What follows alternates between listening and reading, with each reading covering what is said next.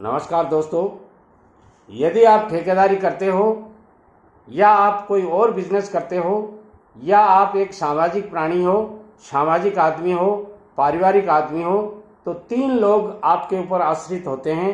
उन तीनों का ध्यान रखना आपका दायित्व बनता है, आपका कर्तव्य बनता है। आपको उनको पूरा संरक्षण देना चाहिए, उनकी पूरी सेवा शुश्रूषा करनी चाहिए। यदि इन तीनों के ऊपर आप ध्यान नहीं देते हैं तो आपका जीवन, चाहे आप ठेकेदारी में कितनी भी तरक्की कर लें, चाहे आप बिजनेस में करोड़पति नहीं अरबपति बन जाएं, चाहे आप समाज में कितना भी ऊंचा नाम कर लें, यदि इन 3 जगह आप पिछड़ जाते हैं तो मैं कहूँगा आपका जीवन बर्बाद हो जाएगा।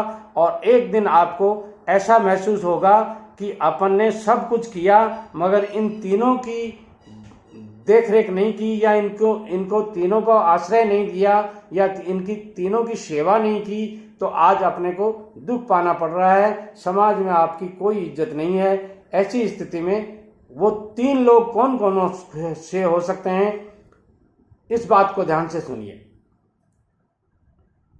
उनमें पहला नाम आता है माता पिता का। एक गरीब पिता ने अपने बेटे को बहुत अच्छी शिक्षा दिलाई और जिले का सबसे बड़ा अधिकारी, चाहे वो कोई भी नाम ले दीजिए, बना दिया। काफी दिन बाद में जब वो जिला अधिकारी के पास में, यानी अपने पुत्र के पास में एक दिन मिलने गए, तो उन्होंने कहा, बेटे तू जो कुर्सी पर बैठा है उस कुर्सी पर तुझे बैठाने वाला कौन है? तो बेटा चूंकि उस कुर्सी पर बैठा था और बैठे हुए के कंधे पर उस बाप ने हाथ रख रखा था, तो कंधे पर हाथ रख रहा था, तो उन्होंने कहा, आज सबसे बड़ा, इसके साथ साथ इस समय सबसे बड़ा कौन है अपन में से, तू है या मैं हूं? पिता ने बेटे के कंधे पर हाथ रख रखा था ऐसे। तो बेटे ने कहा, पिताजी इस समय सबसे बड़ा मैं हूं, मेरे से बड़ा इस संसार में कोई नहीं है।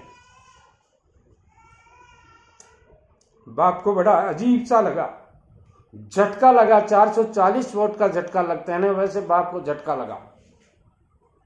बाप ने तुरंत वहां से रुखसत हुआ, थोड़ी दूर गया, बोले एक बार सोच ले। वहां से चल के गेट तक आए, बोले एक बार फिर सोच ले, मैं यदि चला गया तो बाद में तेरे दर्शन कभी नहीं करूंगा। बता इस समय सबसे बड़ा कौन है? बोले पापा जी इतनी देर तो मैं ही था, मगर अब आप हो जिनके कारण मैं इस कुर्सी पर बैठ पाया हूं। बोले इतनी देर तुम कह रहा था मैं हूं? बोले इतनी देर मेरे कंधे पर आपका हाथ था। नमस्कार।